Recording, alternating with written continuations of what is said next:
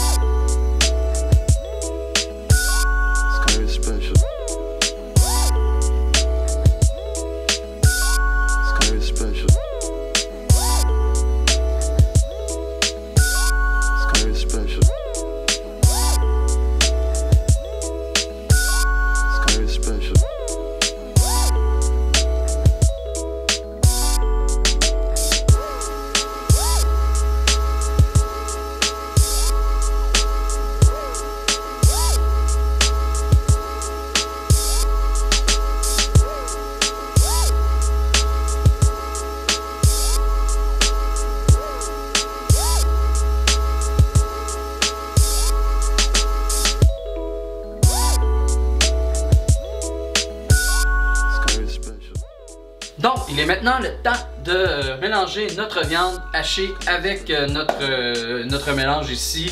On se rappelle, persil, oignon, carottes. On n'a pas encore mis les épices. On a mis du céleri. Donc, on va commencer par mettre notre super viande hachée dans le mélange. 2 œufs.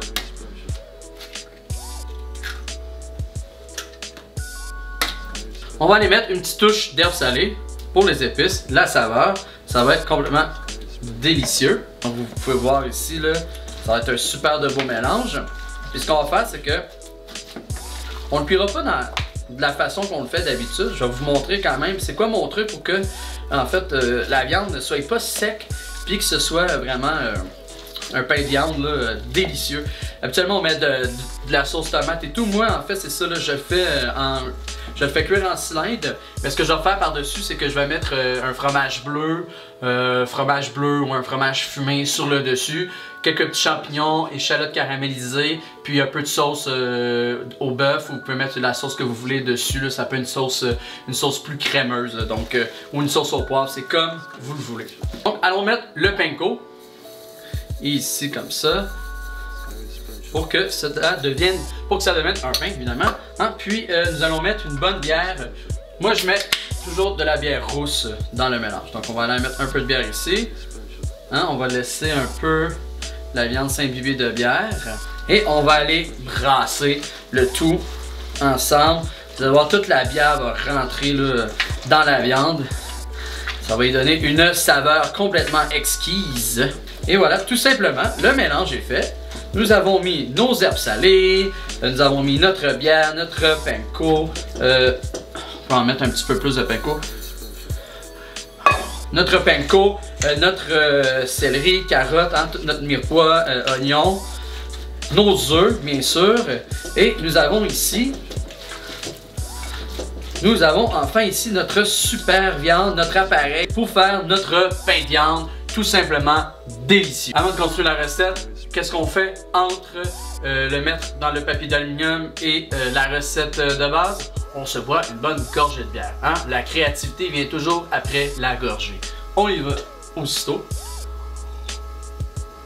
Donc on récapitule.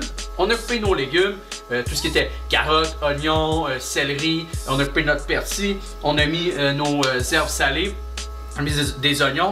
Après ça, on a mis notre viande, des œufs. Après ça, on a mis du panko. On a mélangé le tout et on a ajouté notre bière, hein, notre saveur, notre marinade. Donc, maintenant, il est temps de faire du bricolage. Alors, suivez-moi. Ce qu'on va faire en fait, c'est qu'on va comme rouler un gros bat. C'est que là, hein, puis il faut être minutieux. Parce que c'est ça qu'on veut faire un gros cylindre. On va faire un gros cylindre. C'est comme ça qu'on va cuire justement notre pain de viande. Ce qu'on va faire, on va aller tendre. Hein? On va aller tendre notre viande ici.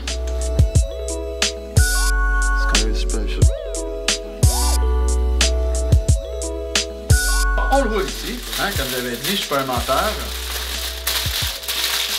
Hein? Oui, monsieur, on se roule un méchant gros bat ce soir, un gros bat de viande. Donc, on fait ça comme ici. On va le rouler encore. Ici, on le roule jusqu'au bout. Et après ça, on fait comme un petit torchon. Hein? Puis, ce qu'on veut en fait, là, c'est vraiment aller rendre toute compacte la viande. Comme ceci, hein, vous voyez. Donc, on rend compact toute la viande ici comme ça. Et voilà, on prend ici